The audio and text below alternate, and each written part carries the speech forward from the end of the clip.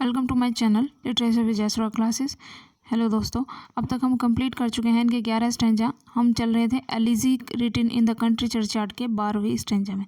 ठीक है, तो 11वें स्टैंजा में हमने बात की थी कि जब पोइट थॉमस ग्रे ये पूछते हैं कि क्या जो ये मूर्तियाँ है, आदि मूर्तियाँ लगाकर या स्टोरिड या फैंसी आर्न लगाकर इन लोगों को क्या जगाया जा सकता है, इनकी सांसें जो है इनके शरीर में सांसें फूकी जा सकती है, या ऑनरेबल आवाज़ के साथ में जो इनकी साइलेंट डस्ट है उसको भड़काया जा सकता है, या इनकी चापलूसी करके इनके ठंडे पड़ गए कानों को फिर से जो है जगाया जा सकता है। तो इस तरह के जो है अनवांटेड क्वेश्चंस जो ये है पूछ रहे थे थॉमस ग्रे। तो इन ऐसे सवालों का इन्हें कोई जवाब नहीं चाहिए होता है, और जिन सवालों का जवाब पोइट को नहीं चाहिए होता है उन्हें हम रैथोरिक क्वेश्चंस बोलते हैं। अब हम बढ़ते हैं अगले स्टैंजा की ओर। अगले स्टैंजा है 12th स्टैंजा है, इसके बारे में हम बात करते हैं। तो आज हम इनके 11 स्टैंजा आज फिर कवर करने वाले हैं। Perhaps in this neglected spot is laid, ये परहैप्स हो सकता है in this neglected spot, neglected यानी भुलाए गए स्पॉट में यहाँ जो लोग लेटे हुए हैं, ध्यान न देने योग्य, मतलब एक ऐसी जगह है जहाँ कोई ध्यान नहीं देता, ऐसी जगह पर ये लोग जो है लेटे हुए हैं। Some heart whirls pregnant with celestial fire, pregnant होता है फुल ऑफ, ठीक है, और सेलेस्टियल फायर होता है पैशन।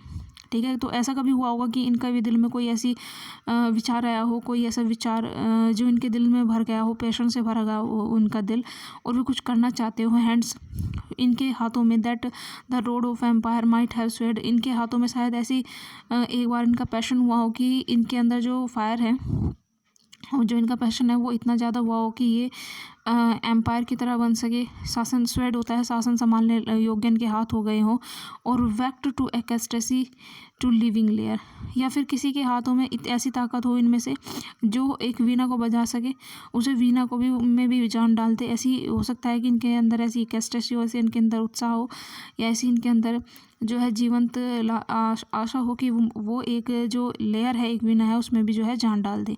तो कहता है कि इस तरह के जो लोग हैं यहाँ पर लेटे हुए हैं, आप इनके टैलेंट के बारे में अंदाज़ा नहीं लगा सकते कि ये कितने टैलेंटेड हो सकते हैं। इनमें से कुछ लोग ऐसे भी होंगे जो शासन करने योग्य हो, ठीक है, या कुछ संगीत के क्षेत्र में आगे हो। But knowledge to their eyes her ample page, लेकिन नॉलेज ने उनकी आंखों में अपना जो पेज था वो एम्पल ही रखा, खाली ही रखा। Rich with the spoils of time did never unroll, ठीक है, और rich with the spoils of time कि जो उन्होंने अपना समय जो है बहुत ज़्यादा स्पॉइल कर दिया था, और वो अपनी जो रास्ता थी, उनका जो पैशन था उस तक कभी पहुंच ही नहीं पाए। अनरोल यानी पहुंच ही नहीं पाए। चिलपनरी, चिलपनरी यानी पनरी होता है गरीबी, ठीक है, यानी पनरी होता है पैसा, और चिलपनरी होता है यानी पैसे की कमी यानी गरीबी ने रिप्रेस्ड देयर नोबल रेस, उनकी जो नोबल रेस थी, जो उनका उत्साह था उसको दबा दिया होगा। And froze the genial current of the soul, और जो उनकी सोल में जो उनका पैशन था, ठीक है, जो उनकी पैशन था सोल में, उसको जमा दिया होगा, फ्रोज कर दिया होगा यानी जमा दिया होगा। जो उनका पैशन है उसको भी दबा दिया गया होगा। वो कहते हैं कि जो ज्ञान होता है, जो नॉलेज होती है, उसने अपना जो पेज है वो इनके लिए खाली ही रखा, क्योंकि गरीबी के कारण ये जो है आगे नहीं पढ़ पाए, और अपनी जो इनकी आशा थी उसके तक नहीं पहुंच पाए। गरीबी ने इनके उत्साह को दबा दिया होगा, और जो इनके सोल में जो पैशन था, करंट था, कुछ कर गुजरने की क्षमता थी, उसको क्या कर दिया होगा, फ्रोज कर दिया होगा, यानी जमा कर रख दिया होगा। Full many a gem of purest ray serene, यहाँ पर जैम होता है, देखिए हीरे जवाहरात, हीरे पन्ना जो होते हैं उन्हें जैम बोला जाता है। ऑफ प्योरेस्ट ट्रेसरीन कि वो बहुत से पवित्र जो है जो रेसरीन है, चमक है, वो यहीं पर रह गई होगी। The dark unfathomed caves of the ocean bear, ठीक है, तो अनफैदम्ड होता है गहराई में, केव्स होता है गुफाएं, ऑफ एशियन बियर की हो सकता है कि इनमें से जैसे कि बहुत से जो जैम होते हैं, बहुत से जो गहने होते हैं, हीरे पन्ने होते हैं, नगीने होते हैं, मोती जो सागर की गहराइयों में दबे रह जाते हैं। वो कहते हैं कि सागर की गहराइयों में जो ये जैम होते हैं वो दबे रह जाते हैं। उसी तरह से क्या होगा, यहाँ भी कुछ लोग ऐसे हुए होंगे जो जिनके जो टैलेंट है वो दबे रह गए, ठीक है। Full many a flower is born to blush unseen, कि बहुत से ऐसे फूल होते हैं जिनकी जो ब्लश होती है, जिनके जो चमक होती है वो बिना देखे रह जाती है, ठीक है। इज़ बोर्न कि बहुत से ऐसे फ्लावर जो है खिलते हैं जिनकी चमक को कभी देखा ही नहीं जाता। And waste its sweetness on the desert air, और वो रेगिस्तानी हवाओं में जो अपनी स्वीटनेस है, जो फ्रेगनेंस है, उसको वेस्ट कर देते हैं। सम विलेज हैम्पटन, हैम्पटन देखिए एक प्यूरिटन पॉलिटिशियन था, ठीक है, जिन्होंने चार्ल्स फर्स्ट की जो पॉलिटिक थी उसका विरोध किया था हैम्पटन ने।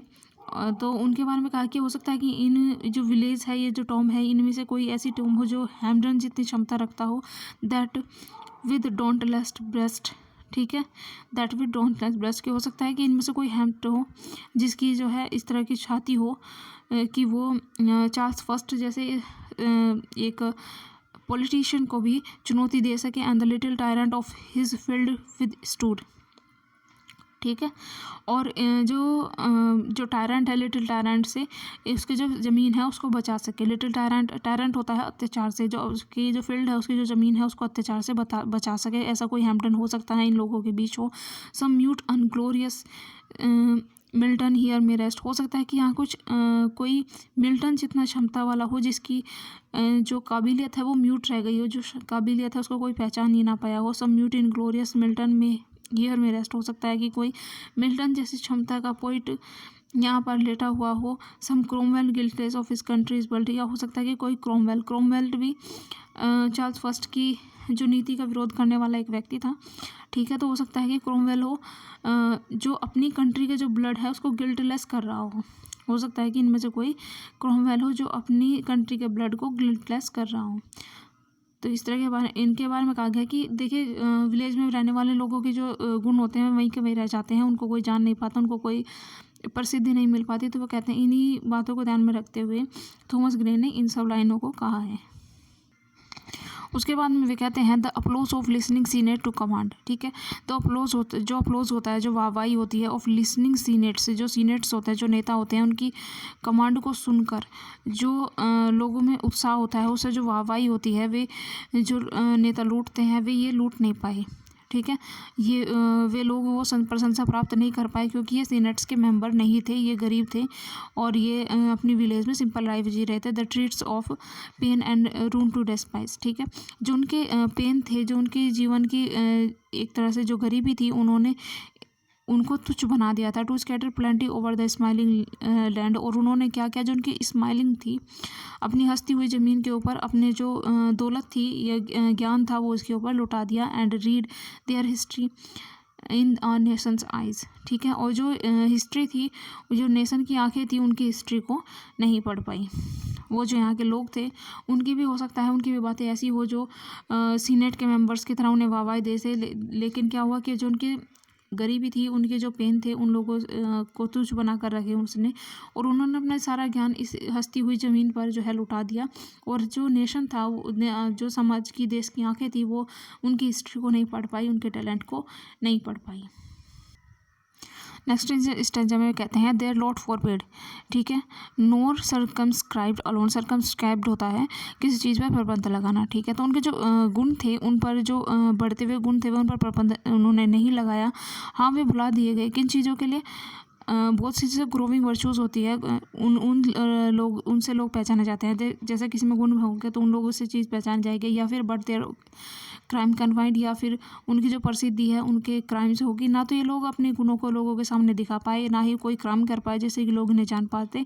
Forbid to wade through slaughter to throne, ना ही इन्होंने क्या किया, ना ही इन्होंने राजगद्दी को पाने के लिए स्लाटर किया। स्लाटर होता है राजनीति में जो लोगों की हत्या कराई जाती है, तो उन लोगों को उसे क्या बोलते हैं, स्लाटर बोलते हैं। तो कहते हैं ना ही इन लोगों ने क्या किया, इन्होंने राजगद्दी पाने के लिए कोई खून खराबा किया। And shut the gates of mercy on Mankind, और ना ही कभी इन्होंने क्या किया, लोगों को जब किसी ने इन्हें हेल्प के लिए बुलाया तो ना ही इन्होंने अपने कभी गेट, जो मर्सी के गेट थे, वो कभी बंद किए, ठीक है। तो इन्होंने ना तो कभी इन्होंने क्या किया, अपनी वर्चू पर प्रतिबंध लगाया, ना तो इन्होंने कभी अपनी वर्चू पर प्रतिबंध लगाया, और ना ही इन लोगों ने क्या किया, अपने क्राइम किया जिससे कि लोगों की नज़र में आ सके, और ना ही इन लोगों ने कोई खून बहाया जिससे कि राजगद्दी प्राप्त कर सके, और ना ही इन्होंने कभी मानवता के लिए अपनी जो मर्सी थी उसके गेट बंद किए। तो इन्होंने क्या किया, ऐसा कोई कार्य नहीं किया जो इन्हें प्रसिद्धि दिला सके, इसीलिए क्या रहे, ये अननोन रह गए।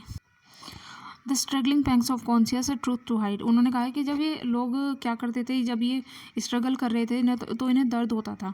Of conscious truth to hide, कि इस सच को छुपाने में उन्हें दर्द होता था, कि उनके अंदर जो टैलेंट है वो इस चीज़ को छुपाने में उन्हें दर्द होता था। To quench the blushes of ingenuous shame, और वो उसे छुपा लेते थे क्योंकि वो इस चीज़ में कोई सेम महसूस नहीं करते थे, वो इस चीज़ के लिए कोई शर्मिंदा नहीं होते थे। वो कहते थे कि हमारी स्ट्रगल है तो हमें इन चीज़ों को ध्यान न देकर अपनी जो स्ट्रगल है उस पर ध्यान देना चाहिए। To heap the shrine of luxury और प्राइड, उन्होंने कभी ऐसा नहीं किया कि लग्जरी और प्राइड के लिए किसी की चापलूसी की हो। With incense kindled at the muse flame, या फिर म्यूज फ्लेम यानी उन्होंने जो काव्य की देवी है उसके सामने गीत गाए हो अगरबत्तियाँ जलाकर। किंडल होता है जलाना, इंसेंस होता है फ्रेगनेंस, और फ्लेम होता है अग्नि। ठीक है, तो इन्होंने म्यूज़ की देवी के सामने कभी अग्नि जलाकर जो है खुशबू नहीं फैलाई, लोगों के लिए गीत नहीं गाए, लग्जरी और प्राइड के लिए इन्होंने कभी खुद को झुकाया नहीं। Far from the madding crowd of ignoble strife. Next stanza में वो कहते हैं far from the madding crowds ignoble strife. ठीक है, तो जो शहरों की मैडिंग क्राउड थे, जो पागल लोग थे, उनके लोगों की तरह इन्होंने भटकना नहीं सीखा था। इग्नोबल स्ट्राइफ यानी कोई गुनाह नहीं किया था, लोगों की कोई ऐसे काम नहीं किए थे, जिन्होंने कार्य नहीं किए थे जैसे कि शहरी लोग करते हैं, वो पागल जनता की तरह पैसों के पीछे भागने के लिए। Their sober wishes never learn to stray. ठीक है, उनकी जो विशेज थी वो काफ़ी सोबर थी, उनकी जो विशेज थी वो काफ़ी सिंपल थी। नेवर लर्न टू स्ट्रे, उन्होंने धोखा देना नहीं सीखा था, उन्होंने क्या है भटकना नहीं सीखा था। Along the cool sequestered vale of life. ठीक है, वो बहुत ही ज़्यादा स्क्वेस्टर यानी अकेले एकांत जिंदगी जीने वाले लोग थे, वो बहुत ही शांत और एकांत जिंदगी जीने वाले लोग थे, एकांत जीवन जीने वाले लोग थे। They kept the noiseless tenor of their way, उन्होंने अपने रस्तों में कुछ ऐसी चीज़ें रख रखी थी जो नॉइसलेस थी। ठीक है, जो नॉइस लेस थी। उन्होंने कहा कि मतलब वो क्या करते थे, वो जो लोगों को धोखा नहीं देते थे, इस तरह की जो है चापलूसी नहीं करते थे, ना ही वो कोई घिनौना कार्य करते थे पैसों के लिए, या उनकी जो इच्छाएं थी वो काफ़ी सोबर विशेष थी उनकी, और वो एकांत जीवन जीना पसंद करते थे। नेक्स्ट स्टेज में कहते हैं yet even these bones from insult to protect.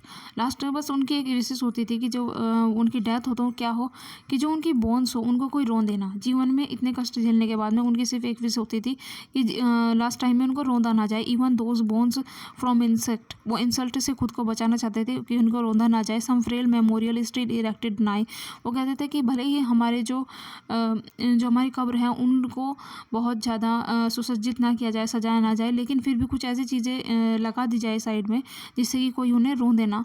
With uncouth rhyme and shapeless sculptures deck, और कुछ राइम भले ही उनकी ना लिखी गई हो, भले ही कोई उन पर कोई सेपलेज स्क्रप्चर नहीं लगा दे, लेकिन ऐसा कर दे कि जिससे कि कोई लोगों को पता चल जाए कि वे यहाँ है, उन्हें रोंदा ना जाए। Implores the passing tribute to sigh, और ऐसा हो कि लोग जब भी उनके पास बैठे तो कम से कम एक हाथ तो भरे, लास्ट ट्राइब्यूट तो करे, कि उनको श्रद्धांजलि दे। ऐसा हो कि जब हम मर जाए तो लोग हमारे बारे में बुरा ना गए और हमारे बारे में एक ट्राइब्यूट दे। लास्ट टाइम जब कोई हमारे पास में आकर बैठे या हमारे मरने के बाद जब हमारी कब्रों को देखे तो हमें क्या करे, हमारे लिए कोई आहे भरे। ठीक है, कोई हमारे दर्द को महसूस करे, हमें रोना ना जाए। इंसल्ट से वो बचना चाहते थे।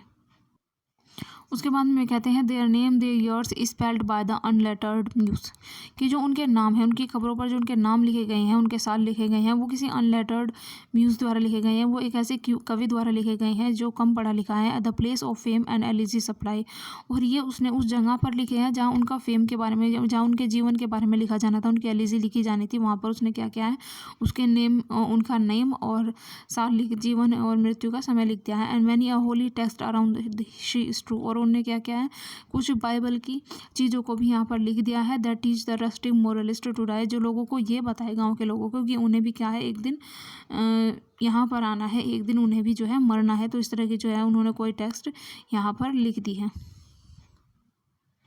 और जो ये कैसा आदमी है, ये कोई इलिटरेट पर्सन है, ये कम पढ़ा लिखा आदमी। अगले स्टेंजा में कहते हैं for who the dumb forgetfulness a prey. ठीक है, और उसके लोगों के मर जाने के बाद क्या होता है, लोग शिकार हो जाते हैं फॉरगेटफुलनेस का, कि लोग उन्हें भूल जाते हैं। जब लोग उनके बारे में क्या हो जाता है, डम हो जाते हैं, फॉरगेटफुलनेस हो जाते हैं, लोग उनके बारे में भूल जाते हैं। क्योंकि जब कोई डेथ हो जाती है तो हम उसके बारे में, उनके बारे में बहुत कम बातें करते हैं, याद करते हैं उन लोगों को। तो ये ऐसे ये विलेजर्स हैं, जब इनकी डेथ हो जाएगी तो इन्हें क्या हो जाएंगे, ये भी शिकार हो जाएंगे फॉरगेटफुलनेस के, that pleasing एनेक्सियस being ever resign, और ऐसा लगेगा कि मतलब वो लोग भुला दिए गए हों हमेशा के लिए, उनको जो है यादों से रिज़ाइन कर दिया गया हो। Left the warm precinct to the cheerful day nor cast one longing looking behind। तो ये कैसे होंगे, इनके जो बातें होंगी जीवन के बारे में, जिनके चेयरफुल डेज होंगे वे सब भुला दिए गए होंगे और अब कोई लोग इन्हें वापस मुड़कर नहीं देखेंगे। तो ऐसा इनका जीवन रह गया है कि इनके बारे में अब कोई बातें नहीं करेगा। For who the dumb forgetfulness is a prey।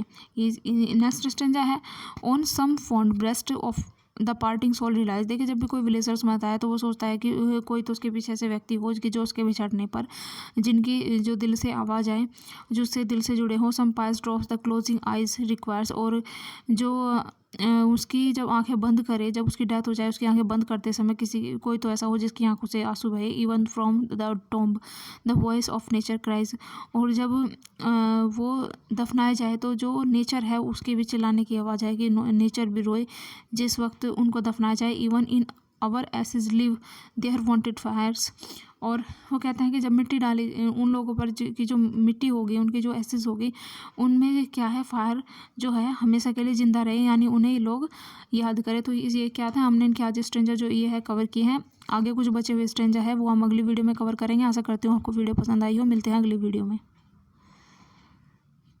ठीक है दोस्तों।